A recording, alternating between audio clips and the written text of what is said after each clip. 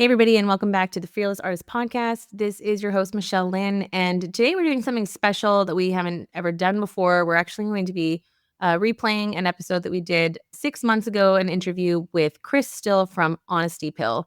Chris is a trumpet player with the LA Phil, and if you've been seeing the news lately, LA has gone through some total devastation with the fires, and Chris actually lost his home this past week. He is definitely on our hearts and minds, and we just wanted to show our support. So we thought it would be a great opportunity to replay his episode, which was highly impactful. He talks about how to practice efficiently, how he ended up winning his position with the LA Phil. He talks about practice strategies, as well as a course that he has developed called the Audition Accelerator. And you can definitely check out all of his socials. It's Honesty Pill on Instagram. We hope you love this episode. And please go like and comment on his content to show your support for him. And we're thinking of him in this time, super grateful for the impact that he has on his music community and everything that he's putting out into the world. So hope you enjoy this episode. And as always, thank you so much for listening and being here. Enjoy. Hi there, and welcome to the Fearless Artist Podcast, where we empower classical musicians to build their own thriving careers. I'm your host, Michelle Lynne, and together with Deanna Petre, we teach artists to conquer the entrepreneurial side of their careers and create the futures they want. We are two freelance classical musicians who have lived and worked in Europe for a decade, and together we started the Fearless Artist Mastermind, a coaching company created to teach classical musicians how to overcome fear and take action on building their dream careers. In each episode, we will explore the intersection of artistry and entrepreneurship, teaching you the fearless mindset with practical steps and strategies to build a sustainable career. Get ready to build your own artistic brand, find a supportive community of musicians so that you don't have to figure out everything alone, and earn a living that you deserve. We believe that you can be a thriving artist and not a starving one, and we are redefining what it means to be a classical musician in the modern era. Welcome, everyone, to our Fearless Artist Podcast. I'm really excited today to be with Chris Still from Honesty Pill. Chris, thank you so much for joining us here today. My pleasure, Michelle. Thanks for having me. Can't wait for this conversation. Yeah, we have so many good things we're going to chat about. First of all, we found each other on our favorite app, pretty sure, Instagram. And that's for me because you are making hilarious reels. And I am someone who, anytime someone is making funny content that's on brand, it really catches my attention because I know what it takes to be that courageous and like put your face on camera because I'm doing it too. And I'm like, oh, I like this guy. Thank you. I think if you can make someone smile and pause and take themselves less seriously for 5 seconds, they might be more likely to actually listen to whatever the thing is that you are trying to say. So ask my kids if they think I'm funny and they'll probably tell you no, but I try and bring some levity.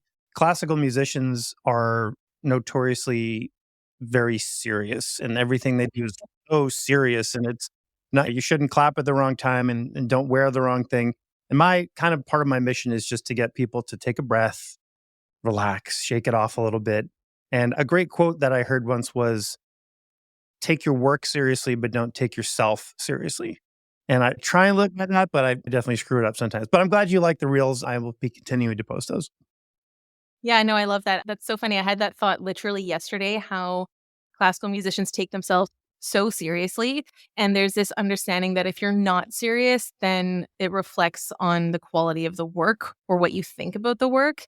Because in order to be serious, if you're a serious musician, that means your personality wise also has to be very, maybe withdrawn or like aloof or mysterious. And this openness can kind of lead to like goofing off or something. So I'm glad you brought that up. That's really cool. I think also maybe creating relatable content. I mean, that's how people relate to you and they say, okay, this person understands me, understands what I'm going through. And I think that's a lot of the work that you do with Honesty Pill. So anyway, just for everybody listening, please tell us a little bit about you and your background and how it all started. Yeah, sure. I'm a trumpet player with the Los Angeles Philharmonic, been there since 2007, and then a whole bunch of other orchestras all around before that. But during that period of time, since I've been in the orchestra, I realized that I have other interests and other things that I can do with all the skills that I developed as a musician. Yeah. And one of those is helping other people figure out how to do what they want to do. So whether it's winning an orchestra audition, which is something that is one of the most difficult things to accomplish as a classical musician, is getting a job at an orchestra. I think it's probably as difficult as getting a position on a major professional sports team. although we never get paid as much as those guys in the end. So it's a really difficult thing to do. And I love the background of all that. And the other thing that comes out of that is just helping people be productive, balanced, healthy, impactful, leading with service in other areas of their lives, whether it's yoga studio or helping people get into college or nutrition for musicians. I'm helping people build those businesses as well. And it's been the most rewarding thing. And I would say that I like it as much or sometimes more than playing the trumpet in the orchestra. Oh, wow. Balanced and healthy. I think those are two things that all musicians need to think about, talk about if we want to go for the long game. Now, you started Honesty Pill. Can you remind me which year that started? Oh, I should probably know the answer to that. Oh, I don't know. 8 years ago, 10 years ago, somewhere. I don't even know. Maybe 8. And this is your coaching company for musicians, help with auditions. It started out as coaching to help musicians with Okay. auditions. And it has quickly grown into just all instruments, mindset, productivity, just general coaching, business development, website development, social media marketing, email marketing, messaging, public speaking, all the things that musicians are really good at doing that they don't realize they're really good at doing because we spend so much time being focused on such a narrow target, which is play your instrument great, which I think most people in conservatory is that they ended up focusing on only that part is play great, go in that practice room and make it perfect. And that's definitely part of it, but there's a lot more available to you if you want to be creative. Okay, so talk to me a little bit about this more than a musician concept, because I know a lot of people, like you just said, have been taught to kind of go after this one narrow road. And if you divert your energy, you won't have enough energy necessary because you just said, which I've never heard before, that it's as hard to get into an orchestra as it is for a professional team, a sports team. I mean, that's insane if you think about what it takes to make the NBA. So yeah, tell me a bit about that, about diversifying your energy and losing out. Well, first of all, the concept of a finite or a zero sum amount of energy is a topic probably worth investigating a little bit. Do you really need Herculean amounts of energy to accomplish what it is you want to accomplish? The answer is no. You need focus and efficiency. And I mean, we can talk about practice room strategies, we can talk about exercising, whatever it is, you are probably not being as efficient in what you're trying to do as you could be. And why does that happen? It's because we are generally driven through one of two motivators, fear or love, basically. Fixed mindset, growth mindset, lack abundance, call it whatever you want. Every decision that you make is either a love-based decision. I love this. I'm doing this because I want to help. This makes me feel good. It makes other people feel good. I feel good about myself when I do this. Or fear. I'm not enough. I'll never be enough. I don't have enough time, et cetera, et cetera. That person is doing better or more than me. So getting aware of where your motivations lie will instantly level up your efficiency if you're willing to be vulnerable and honest. And that's where the name of my business kind of comes from, Honesty Pill. It's time to face the music. Just look at those things with clarity and honesty, and you will instantly optimize your efficiency, which means you'll be able to do more of what you want and less of what you don't want. So I don't think we should be just one thing. It's kind of boring. I mean, it's easy for me to say, having won the big dream job in the LA Phil, it's not enough. Like I want to do more things, and there's so many more things available based on what it took me to get mastery as a trumpet player. There's so much to unpack here. I love how you are describing abundance mindset so clearly, like either from fear or from love. And of course, we're called the fearless artist because we have discovered that you kind of have to, feel the fear and do it anyway. That anytime you're going to put yourself out there, take action on your goals, go after ideas or dreams or anything, you're going to have all of this uncomfortable stuff that you got to getting out of our comfort zones. I mean, many musicians don't like having to put their face on Instagram or make the pitches or make the calls or all of the, why do we have to do it? They should just come to us. And so we're kind of overcoming these mindsets of it's just going to come to you. But talk to me a little bit more about when you're saying getting honest makes you more efficient. Tell me what you mean by that. Well, so here's something I talk about a lot. What is a belief? A belief is a thought you keep thinking over and over again, right? So what are your beliefs inform? Your beliefs inform your actions, and your actions create your reality. Therefore, your thoughts create your reality.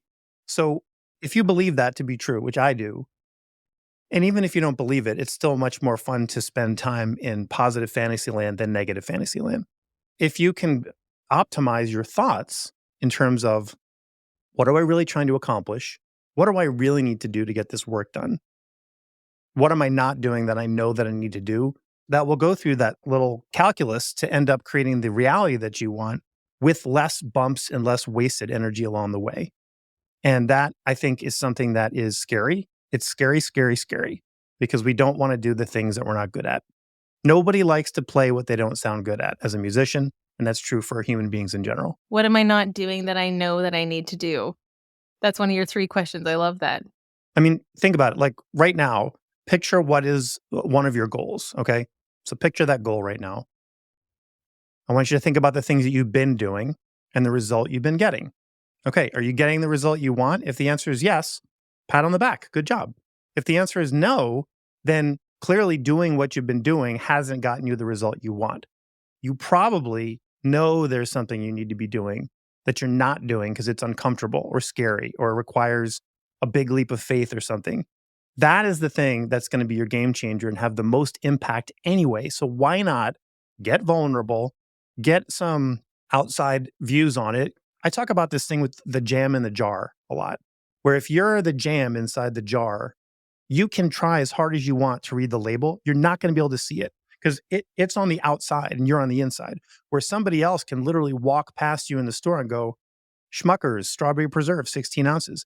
Get some help from outside to figure out what it is you need to be doing that you're not doing. But reality, for me, it's almost always something that I know and I'm just sort of brushing under the rug. And that's where you need to start. Go look under the rug. That's where the secret is. Oh, man. This is getting deep really quickly. How do you stay so objective about it, though? Because coming a little bit about my stories, there's so much shame attached to knowing that you're not doing what you're supposed to be doing. Because it's basically just not practicing enough hours. I just need to put in the time. I need to work harder, but that's a whole other concept of like being efficient versus constantly pushing. I'm always looking for that balance of like, how much can I push? Where is my breaking limit? Especially when you get a lot of outside perspective. And my second question is, the outside perspective can be wrong. People can look at you and read you as blueberry jam, but you're actually strawberry. So then you have to have trust at who you're allowing to read you, right? Well, that's true. One of the things I talk about in an audition accelerator, which is an audition program I run, is having a practice buddy that checks certain boxes. You could have a practice buddy, you could have a best friend, you could have a therapist, you could have a coach. Like, it's all the same. That person should have a common goal. Let's both get orchestra jobs. Let's both finish the half marathon, whatever it is. Common goal. That person should do one thing better than you. You should do one thing better than them. And you need to both be open to give and receive instructive and effective feedback. If you can find a practice buddy like that, they might look at you and say you're blueberry jam when you know you're strawberry. And you can have that conversation. But fun fact, sometimes it's like, oh, damn, I am blueberry jam. How did that happen? And you might actually try it on and think, maybe I've been wrong about something I thought was true. That's what I call limiting assumption. That when you assume this is true and you dig in and double down and it's not serving you, that's the thing that's interesting to look at with objectivity and say, is this really true? Has this been serving me? If it's been serving you, double down. If it hasn't, let it go. You're so good at this. You're just so clear cut with it. Like, if it's working, keep going. If it's not. So where do people get stuck in this? This is where they get stuck. When they don't understand that failure is not only part of the process, it is integral to the process. And, I hate to use the word should. You never should on yourself. This is why I like to avoid the tendency to, is a better way to say it, correct my child, for example, by saying, good job. You're really good at drawing. Because then if she tries to draw something and it doesn't work out, she's lost that validation of, I'm good at this, which means I'm a good person. And that's another topic we can talk about, is internalizing feedback as some sort of definition of ourselves and our identity. Not a great idea. But if I say, I really love the way you experiment with the charcoal today, that's praising the effort, not the outcome. Yes. And that is where people fall down, is they're focused on the outcome, not the process. And just to tie this all up, if you identify yourself based on outcomes, you are going to have a long and struggle bus filled life. If you praise yourself on the process and you're giving some integrity and intention to the process, life is good, man. You may never win the orchestra job, but it's still a life well lived. Man, you're like creating such healthy mindsets in musicians, which is so necessary. I learned very young. You learned so fast. You're amazing. And so then later, when I couldn't learn as quickly, I've associated all of that praise and affirmation as like, I can play it right now without practicing. So then I don't want to practice because then that shows that I'm not very good because I have to practice. It takes me time now to learn that because it's so hard. And I used to be able to get it right away. So if it takes me time, that means that I'm not as good as everybody said I was. I don't want to be bad. You already said it earlier. Nobody wants to be bad at something. So I'm just going to avoid it at all. So that's why when you're saying, do what's working and don't do what's not, it's like, yeah, how can I make it that simple?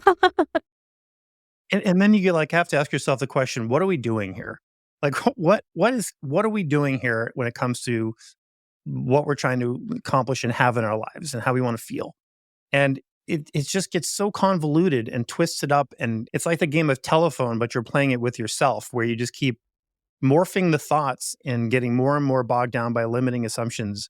And if somebody is listening and they're like, what does this have to do with winning an orchestra job? It has everything to do with that, because it has to do with how you show up for things, how you meet yourself where you're at. And I don't know.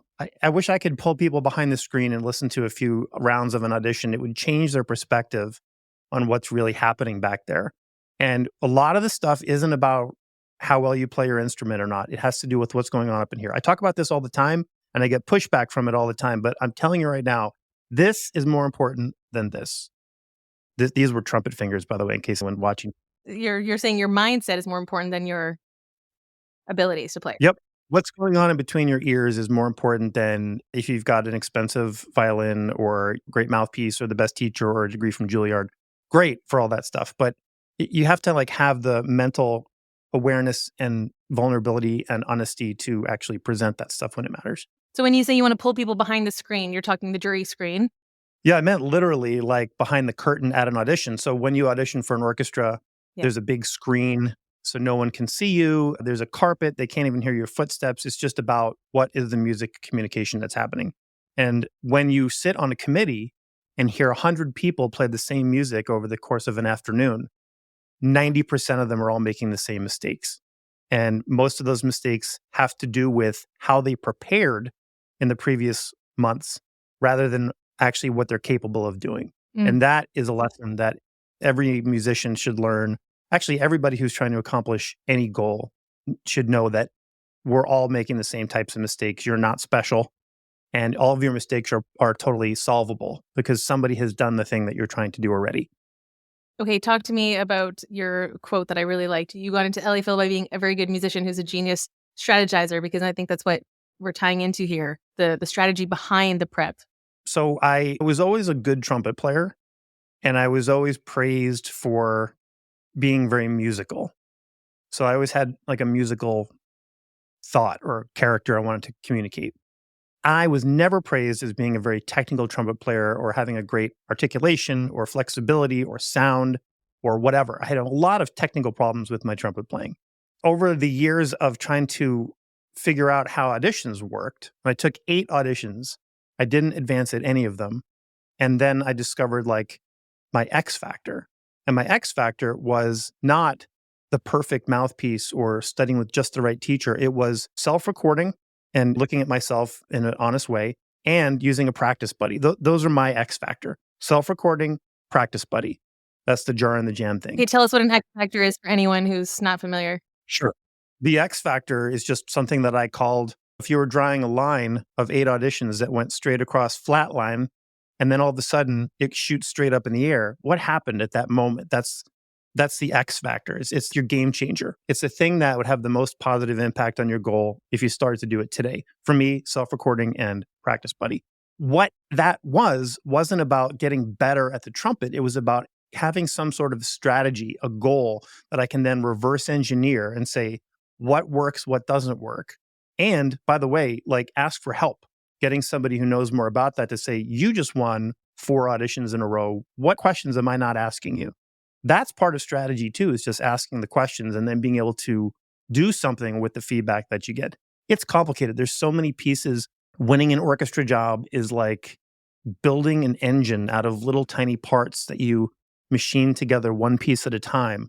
And you build this thing, and then you've got to like turn it on and see if it works. And the strategy, the plan of how to do that, you don't have to reinvent that. Somebody else has already figured that out. You can learn from them and then meet yourself where you are with all the stuff we've talked about already. And that's how you can become strategic in your goal setting. So I'm hearing leverage point, like you find that place that you can be efficient with your energy and just go after that. That's going to make the biggest amount of difference. Yes. Can I add something to that? Yeah. Which is measurement, metrics, and reasonable goal setting.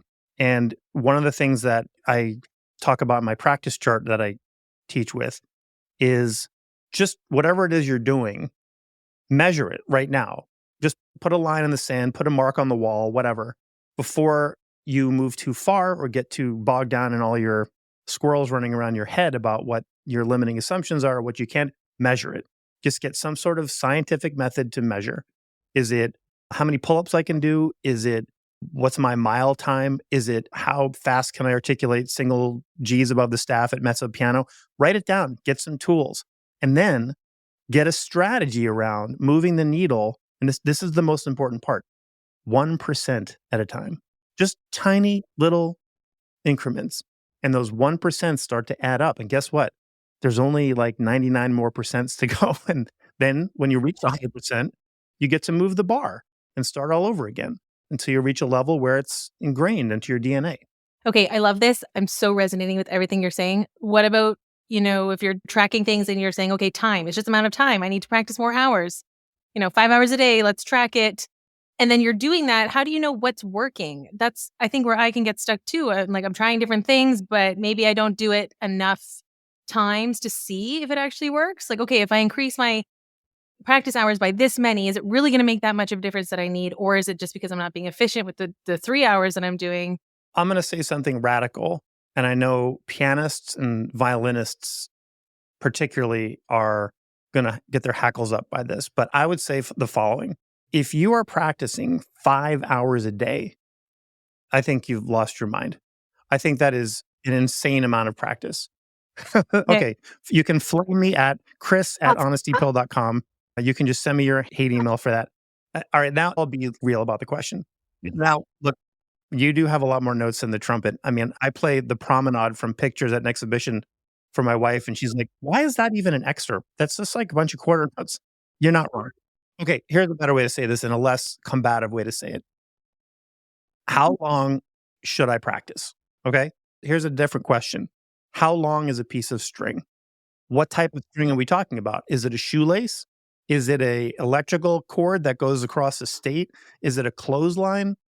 It depends on the string. It depends on the purpose. It depends on what is the goal of that string. Mm-hmm. So know what the job at hand is, and that will determine what you need. If it's a shoelace, it has to crisscross so many times and tie a bow on it. We know that it needs to be this many inches long. Same thing goes for your practice. Know the goal of the practice, have a way to measure it. And we can talk about ways to measure things so you know if you're getting it or not. But have a tool in place to measure it. And then your practice session is over when you've hit the point of diminishing returns where you're not getting anything out of it. 2, you're physically tired and you need to stop because your form is starting to suffer. You can see that in the fitness realm a lot. People working past their ability and their form goes out the window. Bad. Or you've accomplished the goal and you can move on. That's how long a practice session should be. And you need to fly the helicopter way out and see what is it that I'm trying to do in each of these sections. You may actually have 5 hours worth of work to do, but I find that in reality, that is an unsustainable amount of practice. And also, we need to talk about what is practice. Where does like warm up, maintenance, practice, and prep end, and the other ones start? It all gets blurred together. Right. And if you count score studying as practice or listening to recordings or whatever, I mean. Do you count meditation as practice? Do you count hiking as practice? I do. Yeah, no, I hear you completely. This is really, really powerful. Please go back to how to measure things. I think that's really crucial. Okay. So it depends on what we're talking about here. I'll give you an example. Let's say you're trying to figure out if you're getting better at a certain excerpt. Okay. Let's say Petrushka. Okay. Number 1 requested trumpet excerpt. What I can do is record that right now. Again, leap and build the helicopter on the way down. Do it right now. Don't wait. just record it and then listen back and say, does this sound like I want it to sound? Does this match my reference of what I think this excerpt should sound like? What's my reality? And then if there's any discrepancies, you go back to your practice room and say, what do I need to do in this practice room so I do sound like my reference? How do I make these match? That's the practice. So over here we have, what do you want it to sound like? Yep. What does it actually sound like? What do I have to do to practice to connect those dots? Yep. Then there's a bottom box here, which is, does it hold up under pressure? And that's where you simulate with mock auditions, with playing for a coach, whatever, taking a real audition and seeing how that goes. That's the way you can measure that. You want to take that one step further? I think that I just talked about this in my newsletter this week. Are you communicating something musical? All right, let's test it. Pick an excerpt, Michelle, or piece of music, anything. What is it, your favorite piece of music to play? Oh man, I hate that question. Favorite piece of music? Let's do Brahms' First Piano Concerto. Okay, pick a spot in Brahms' First Piano Concerto. What is the one word you want me to feel? What's the character you're Wild. trying to get across? Wild. Okay. So first of all, I would dig a little deeper and get a little bit more specificity on the word wild, because that can mean a lot of things, right? But let's take the word wild and let's write down 9 other words that are not wild on a piece of paper. Passionate, smoky jazz club, pedantic, bleak, majestic, brooding, wild. Okay. Slip that piece of paper to a person who just walked in off the street, your grandmother, somebody who doesn't know anything about the Brahms Piano Concerto, and say, hey, Grams, I want to play a piece of music for you. Circle the word that you think of.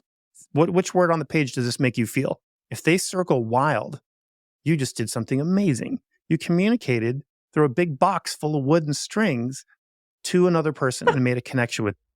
Yeah. And if they're circling the wrong word, either you need a more clear word or you're not actually communicating what you think you are. Those are ways you can measure the 1% that I'm asking you to accomplish. And you have to be creative. And there's 100 other tools like that. You've got to either create them on your own or learn them from somebody. But those are the ways that we get better at all this stuff with objectivity, vulnerability, and honesty. This is fascinating. I've never heard someone explain it so precisely. I think that's really helpful. I think it gives a lot of power to the person preparing, because I have known it to be such a subjective I like this measuring aspect, because I think we are so emotional with things. We're emotional with our interpretations. We're emotional with maybe practicing or identity. The whole identity question gets twisted up so much that we touched on earlier, that when you make it so straightforward, black and white, practical, get it on paper, get your graph, let's see what's working. And also not hammering in that it has to be amount of time. I think what you already said, your practicing stops when you've reached your goal. I'm like, what does that feel like? I don't know what that feels like. I literally don't know, unless my goal has been to kind of read through the notes and get a semblance of the piece. But then it's well, you can always go deeper. So then it's a matter of creating smart goals for that practice time that are actually achievable within the 45 minutes that you give yourself. That's a whole other skill set that I don't think most of us learn. Well, but look at it this way. Here's a simplified way to think about this. Over here, you've got you, and over here, you've got your goal, right? Whatever it is. And we could be talking about music. We could be talking about just about anything, learning French, whatever, learning Dutch. What is in between you and the goal? It's a gap. There's like a chasm. There's a gap. And the gap is scary because it's unknown and it's filled with our own negative thoughts and assumptions. And we have to figure out a way to bridge the gap, whether that is through self-reflection or getting help from someone else or getting a degree at a school or learning how to meditate, whatever the thing is for you, you need to figure out what the bridge is and be able to cross it. Once you get to the other side, it's not like life ends and you're done, but you also need to celebrate and say, I just crossed the gap. And the gap might be moving your metronome from 112 to 116. Yes. That is worth celebrating. And it is also worth saying, I just moved the needle. First of all, if you don't acknowledge the gap, you're going to fall in every time. And if you don't build a bridge, you're never going to get across. Okay, let's be fair. But once you get across, celebrate that win and notice the work that you did that got you there and say, what worked, what didn't.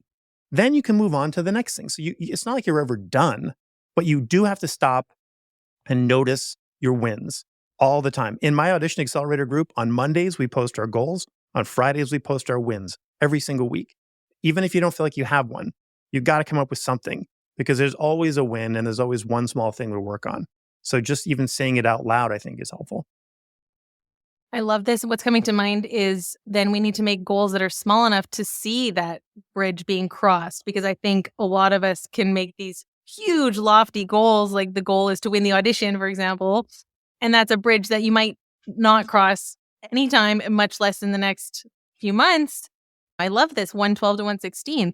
But what do you say to the person who would scoff and roll their eyes? I mean, we were trained 4 hours a day, 4 hours a day. If you don't do that, you failed. And so now if it's like, well, I only had 30 minutes today, that inner critic just like rises up and says, you want to be a real musician? You're only putting in this much time. I mean, how do we navigate all this? Well, I don't know the answer to that, but I know that if you're spending 4 hours a day and accomplishing 4 hours of just golden work, hats off to you. Do it up. And if your energy level and your schedule allows for that kind of focus, I think that's fantastic. I would bet, though, that I accomplish more in 30 minutes than most people do in an hour, or 15 minutes than most people do in 2 hours. Because it's not because I'm a super practicer. I've just gotten very, very, very uncomfortable with myself and said, okay, this is where the darkness is. This is where the stuff that's not working lies. We're going to focus on this right now. Only this, and a very small piece of it, just one little flip. I do a thing called a practice window. I don't have my Post-it notes here, but I will take a piece of music and cover up everything around in every 4 directions, up, down, left, and right, so that the only thing you can see on the page is that one passage. Yep. And then the rest of the piece is gone. It doesn't exist anymore Yep. until I can move the needle 1% on that one passage. Try this next time you have a device in front of you. Get a PDF of your part of your music and literally zoom way in to that one key trill or whatever it is. All you can see on your whole computer is that. Take a screenshot of it. That's all that exists. That's all you need to work on. Now get creative on how can I bridge this gap? How can I measure it? What help do I need? What am I doing right? What am I doing wrong? And then you feel a sense of accomplishment. And then when you zoom back out, you can notice 100 other spots like that, but you can't eat the whole thing at one time. Yeah. I love this. It's so empowering. I love having a strategy that is doable, that breaks down all of this irrational big things. I think things get really big in our heads.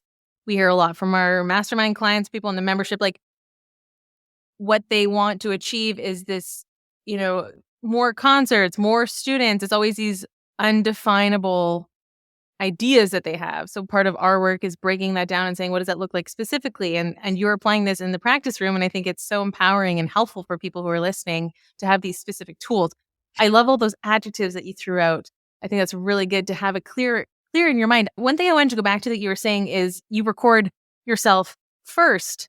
Whereas maybe a lot of people would say, no, like give me a couple hours to practice it, then I'll record because I don't want to look yet, So I have a trick I do in a master class frequently. Maybe I'm manipulating my students, whatever, but I'm trying to set them up for success. And the way I'll do it is I'll talk for a little while, and then I'm basically icing the kicker on purpose. Like I will talk and talk and talk, and then I'll say, okay, John, why don't you hop up and play the Strauss for us? Here we go. Just go for it. Ready? Off you go. No, you don't need to tune. You're good. Just off you go. Here we go. Strauss, please. Oh, it's so uncomfortable. I'm uncomfortable. And I'm trying to make them uncomfortable. Yeah. And I'm trying to put them on the spot and say, you don't need to warm up. Just get up here and play. Yeah. And I'm trying to make them scared and shake them because I want to, like, when you take a rug, you go whoosh, and all that dirt flies out the end.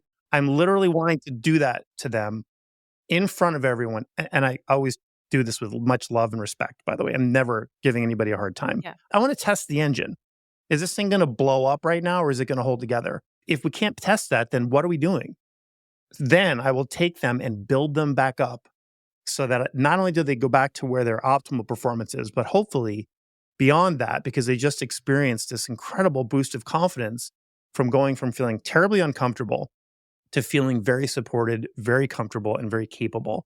So, I mean, that's another way you can do with your practice buddy or your coaching group or whoever is to see where you are at your worst and find out why. See what's going on in your head, notice what's going on in your head, and then build yourself back up and figure out how you got up there. Repetition, repetition, repetition. That's what's going to deliver you to a win at an audition. Excellent, excellent advice. I'm feeling so inspired. I want to run to my piano and drill some six that are in this Chopin Polonaise Fantasy I'm playing. Please tell us about Audition Accelerator and what you do in that. Sure. Audition Accelerator is a hybrid online program that I created probably 4 years ago. And it is just basically taking 3 decades of mostly failing at 40 auditions. I won a bunch of jobs too, and reverse engineered what I think is an appropriate way to spend your time and your energy in preparing for auditions. And it has been the one of the most satisfying things I've ever done in my career is helping musicians get their jobs and advance for the first time, take an audition for the first time, get a job in the orchestra that they wanted to get, and go to a festival, get into the DMA program. It's all part of this audition process that we talked a lot of the tenets of it already. But there's a timeline I take people through, and it's a 16-week course that has an online academy. There's about 8 weeks of content there and about 70 hours of office hours available in my Slack channel where we've talked about every topic I can think of. And it's a really great program. But the point of it, why I created it, which is probably more to the point, which is people would fly to LA to play their lists for me. And they'd spend money on airline, hotel, rental car, lesson fee. And then we'd spend the first 40 minutes talking about some basic tenet that everybody should know, but doesn't. And then we'd only have a little bit of time left to actually get to work. Audition Accelerator puts a lot of that stuff out there already so that you can start to absorb and digest that information. And then we can actually get down to the work where you are, where I can meet you where you are. So it's been a lot of fun. I'm a weirdo. I love auditions. I think they're fascinating because I like to watch people think. And that is a great lens through which to do so. This is so awesome. This needs to be taught in every university. This is what students need to prepare for the real world. Well, one of the things that I have in my column of what I stand for and stand against, I stand against students going $40,000 in student loan debt and graduating with a master's degree in orchestral performance and not having had taken one single mock audition. Like, where is my how to get a job class? If that's not part of your education, go ask for it. Go bang on somebody's door like this week and say, why aren't we talking about audition strategy? Why aren't we talking about nerves? Why aren't we talking about mental health? Why aren't we talking about nutrition, energy, sleep, hygiene? These are all part of the tools you need to get a job, you guys. And to be fair, there are some schools starting to do it. New World Symphony is probably the best example of a place that is teaching people how to do this, from what I understand. But when I went to school, zero information was available, and I had to figure it all out by screwing it all up. I would like to help you do that without screwing up the same things I did for 10 years. That's so great. At Code Arts, where I teach in Rotterdam, the conservatory, they actually have psychologists on staff for the students. They have this incredible thing called a mock lab where it's I haven't seen it yet in person, unfortunately, but I've been told it's kind of a cinema thing, and you walk in and you tell it to project whatever you need. So if that's a stadium of 50,000, or if it's a small jury, or if it's a chamber music hall, or whatever it is, and then you perform in this lab to practice. So I think there are some cool things that are starting to come up in some schools, which is really encouraging. I need to go see that place. Yeah. I love that so much. I actually created something like that for my program, which is I rented out Colburn Music School here in LA. I rented out their big hall, and I got a fake committee of friends and a screen and a really 4K camera. Maybe it was even more than that. And we did a first person perspective of the entire audition process. 3 rounds, 2 with a screen, 1 without. And it's you walking down that hall, getting that speech from the proctor, the doors open. You walk out to that lonely music stand, and there's a committee. Please start over. It's an audition simulator, which is part of my course. And I think that alone, just the ability to face that scary thing over and over and learn how to build that bridge is something I think that everybody should have. With all these VR goggles and stuff now, that's going to be really fun for someone to create. That's too techie for me, but I love that idea. This is like the next level of a vision board. All of us printing out our images and sticking them on the wall and looking at that every day, like immersing yourself in where you want to go, what you want to become, I think is crucial. This visualization to prepare you. But let me just say one quick thing. Musicians who are listening and are thinking, I need to record a mock audition simulator for me to be. No, you don't. Don't use that as an escape route to the work that you really need to do. This is a great example of, I need to go and have a vision simulator in Rotterdam.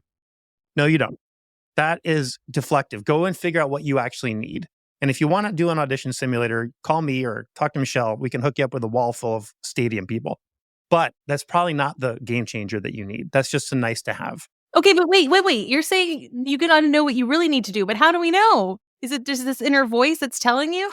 I can't answer that for everyone, but I would say for myself, I know what it is that I'm scared to do.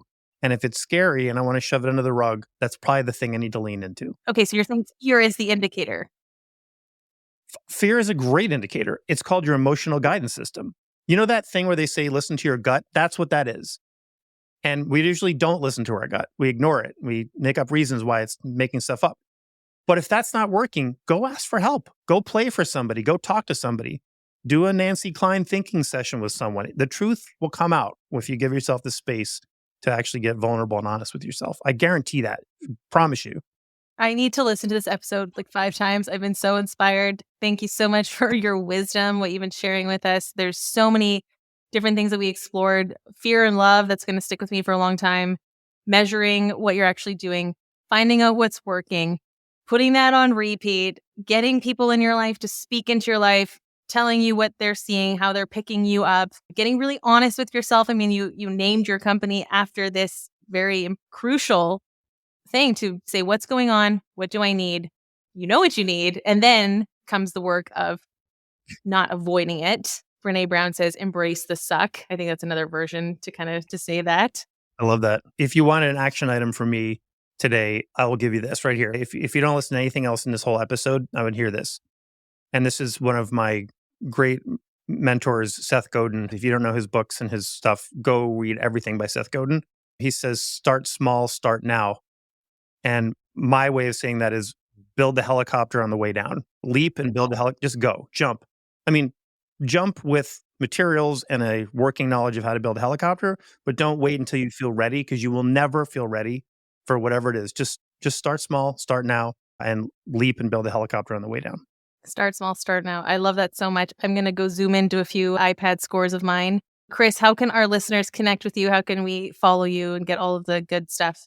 Just go to honestypill.com and click on any button that says subscribe or book a call or whatever and get on my list. You can find me on YouTube. Actually, we've got Michelle was a guest on my YouTube channel. Go subscribe to YouTube. I'm trying to get to 1,000 subscribers. I just started my YouTube channel, so it would help me tremendously. I'm on Instagram. Everything is at honestypill, so you can find me just about anywhere. But reach out, ask questions, and I'll share with you guys a link if it's helpful. It's sort of a video practice chart that explains how to create metrics that you can actually measure and create relevant efficiency and focus in your practice sessions. And anybody who wants that link, you can just, I'll share it with Michelle and you can sign up and I'll send that right to your inbox. We are definitely going to get that in the show notes. Chris, this has been a goldmine of wisdom. Thank you for your time. Thank you for investing into our community. We're going to send everybody your way. And I really look forward to having you back sometime soon at the Fearless Artist Podcast. Thanks, Michelle. Been a pleasure. And I love the work that you're doing too. I think that's why we connected and get along so well. So thanks for having me. It was a pleasure.